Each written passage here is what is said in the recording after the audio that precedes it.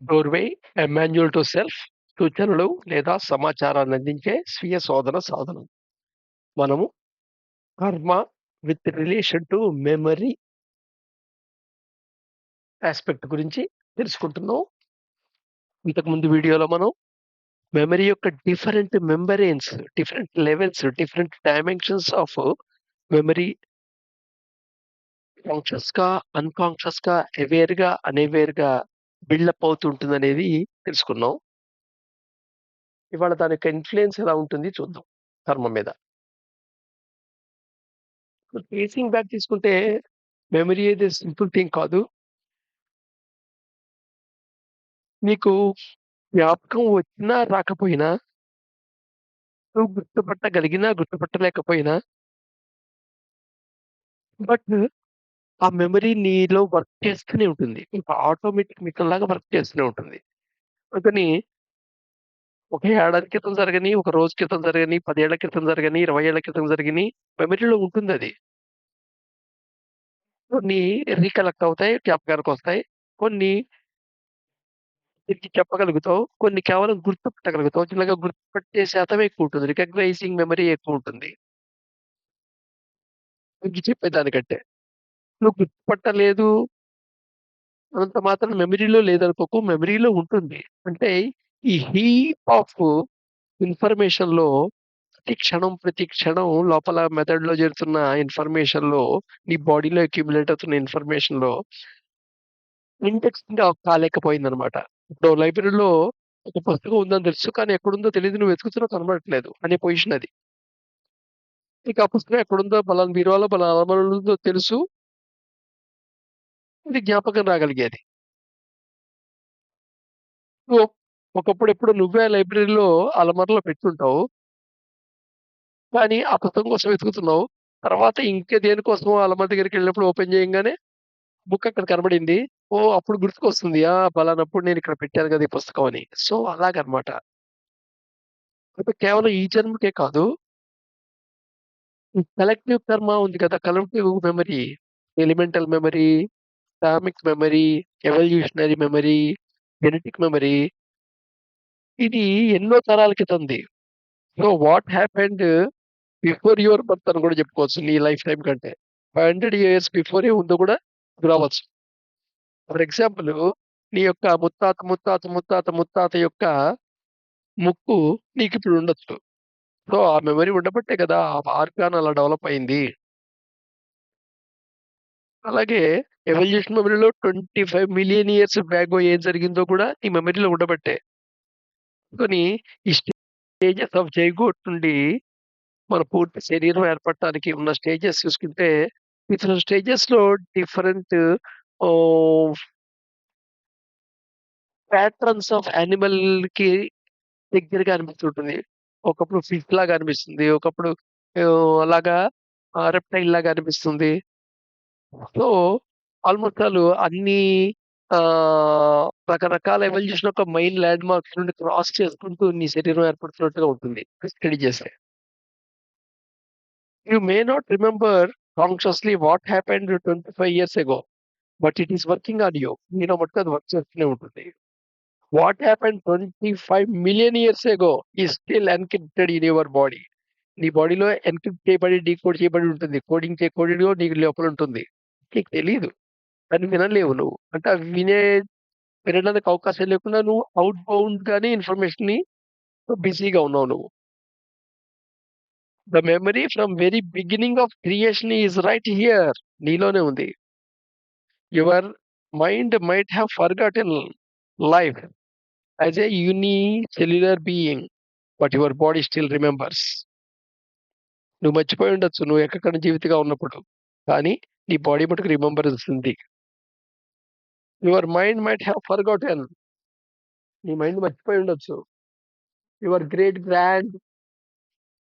Grand mother still her characters may be in you. Her pattern of thinking may be in you.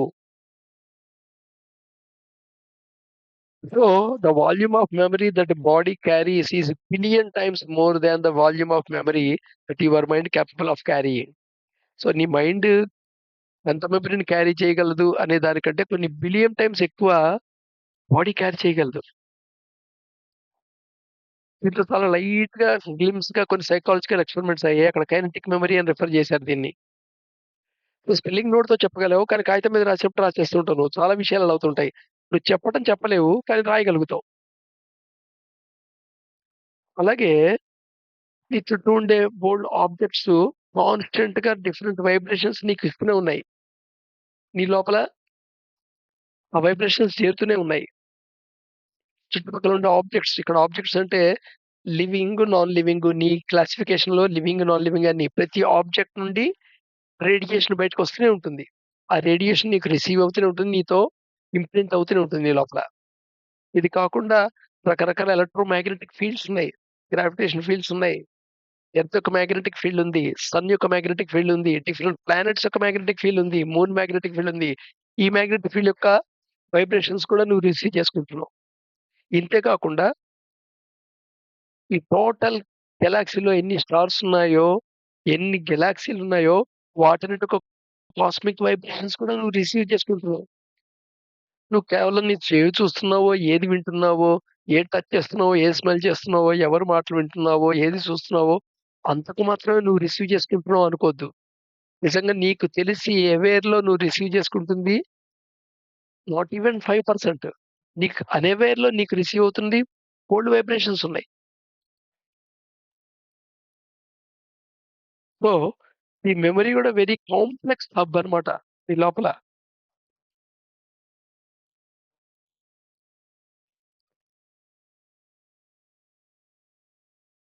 So, నువ్వు personality అంటుంటావుగా personality అనేది amalgam of 3 మెమరీలు. Physical memory, mental memory and energy memory. నీకు physical memory కొంతవరకు అర్థమవుతుంటుంది. Mental memory బాగా ఎక్కువంటాడు నీకు. ఎందుకంటే బుర్రతోనే ఆలోచిస్తున్నాను, బుర్రలోనే మెమరీ ఉందనుకుంటున్నావు కాబట్టి. బట్ మజిల్ ఎవ్రి మజిల్‌కి మెమరీ ఉంటుంది. నువ్వు సపోజ్ ఒక ఉద్వేగానికి లోనయ్యావంటే, నీలో పర్టిక్యులర్ మజిల్‌లో ఒక మోడిఫికేషన్ జరుగుతుంది. ఆ మోడిఫికేషన్ మళ్ళా నార్మల్ కండిషన్‌కి, రిలాక్సేషన్‌కి పూర్తిగా రాదు. అదలా ఉన్నది మెమరీ రూపంలో ఆ ఎమోషన్ ట్రిగ్గర్ చేయటానికి స్విచ్‌లా పనిచేస్తూ ఉంటుంది. ఇది కాకుండా నీ ఎనర్జీ బాడీలో ఎనర్జీ లెవెల్‌లో ఇన్ఫర్మేషను మెమరీగా స్టోర్ అయ్యి ఉంటుంది. ఎనర్జీ లెవెల్‌లో. ఇదసలు నీ అవేర్‌లోనే ఉండదు. ఈ physical memory, mental memory, energy memory మొత్తం కలిపేసే నీ పర్సనాలిటీని డిసైడ్ జేసేది. ఇక్కడ గమ్మత్తుగా ఏమవుతుంటుందంటే, మెమరీ అదే యాక్ట్ చేస్తుంటుంది. నీ ఫిజికల్ మెమరీ యాక్ట్ చేస్తుంటుంది. ఫిజికల్ మెమరీకి యాక్ట్ చేస్తూ ఎగ్జాంపుల్ చూడండి. సపోజు ఇంట్లో లైట్ స్విచ్చి ఇంట్లోకి ప్రవేశించగానే లైట్ స్విచ్ ఒక గోడకి పెట్టామనుకుందాం. ఒక 6, 7 ఏళ్ళు అలవాటయింది. తర్వాత రీవైరింగ్ చేస్తున్నప్పుడు ఆ స్విచ్ బోర్డ్ అక్కడ కాదని ఇంకో చోటకి మార్చామనుకో. చాలా కాలం వరకు నువ్వు ఖచ్చితంగా మళ్ళా పాత చోటుకెళ్ళి స్విచ్ చేసేస్తుంటావు. ఇదేమో ఆలోచించి చేసే పని కాదు. ఫిజికల్ మెమరీ అన్నమాట అది. అలాగే మెంటల్ మెమరీ ఎంత ఇనర్షియా అంటే ఎప్పుడో 15 ఏళ్ల క్రితం నువ్వు ఏం బాధపడ్డావో ఆ బాధ సంబంధించిన ఏ వస్తువు కనబడినా దానికి రిలేటెడ్ అయింది ఏ సింబల్స్ లోపలికొచ్చినా నీకది గుర్తుకొచ్చేస్తుంది. ఎనర్జిటిక్ లెవెల్‌లో మెమరీ వర్క్ చేయటం అనేది నీ యొక్క కాన్షియస్ అవేర్‌నెస్‌లో ఉండదు. అందుకని తెలీదు. But still it works. ఇలా ఆటోమేటిక్ మెమరీ బేస్‌గా ఆటోమేటిక్‌గా పనిచేసే ఒక రోబోటిక్ లాగా మనిషి తయారైపోతాడు. As this memory act itself out, you become an automatic machine. Automatic working according to the dictates of your past karma. So, ఈ మెమరీ అంతా ఏమిటి ఇదే కర్మ అని చెప్తున్నాం గదా! సో, అది డిక్టేట్ చేస్తుంది నువ్వెలా బిహేవ్ చేయాలో. ఎప్పుడైతే అది డిక్టేట్ అనేది దాన్ని డిక్టేట్ చేయటం అనే ప్రపోర్షన్ పెరుగుతుందో, your ability to use your discerning mind diminishes gradually and your ability to choose is impeded. So, నీ డిసర్నింగ్ మైండ్ ఉంది కదా! అంటే నీ వివేచన గల శక్తి నీ యొక్క మైండ్‌కున్న వి వివేచనం అనేది ఉంది గదా! విజ్డమ్ అనేది ఉంది గదా! అది డిక్లైన్ అయితుంది. డిమినిష్ అయిపోతుంది గ్రాడ్యుయల్‌గా. అలాగే నీ యొక్క ఫ్రీ విల్ ఉంది గదా! నీ యొక్క ఫ్రీడమ్ చాయిస్ అనేది అది ఇంపీడెడ్ అవుతుంది. అంటే బ్లాక్ చేయబడుతుంది. నీకు తెలియకుండా ఇంకా అలా చేస్తూ ఉంటావు. హ్యాబిట్స్ విషయంలో తెలుస్తుంటుంది మనకిది. ఒక హ్యాబిచ్యువల్ అయిన తర్వాత, ఆ హ్యాబిట్ నుండి బయటికి రావడం గగనమైపోతుంది. నీ శరీరం, మనసు 2 సహకరించవు. As karmic bondage build up, you will naturally try to draw smaller and smaller circles. ఇక్కడి నుండి రేపు చెప్పుకుందాం.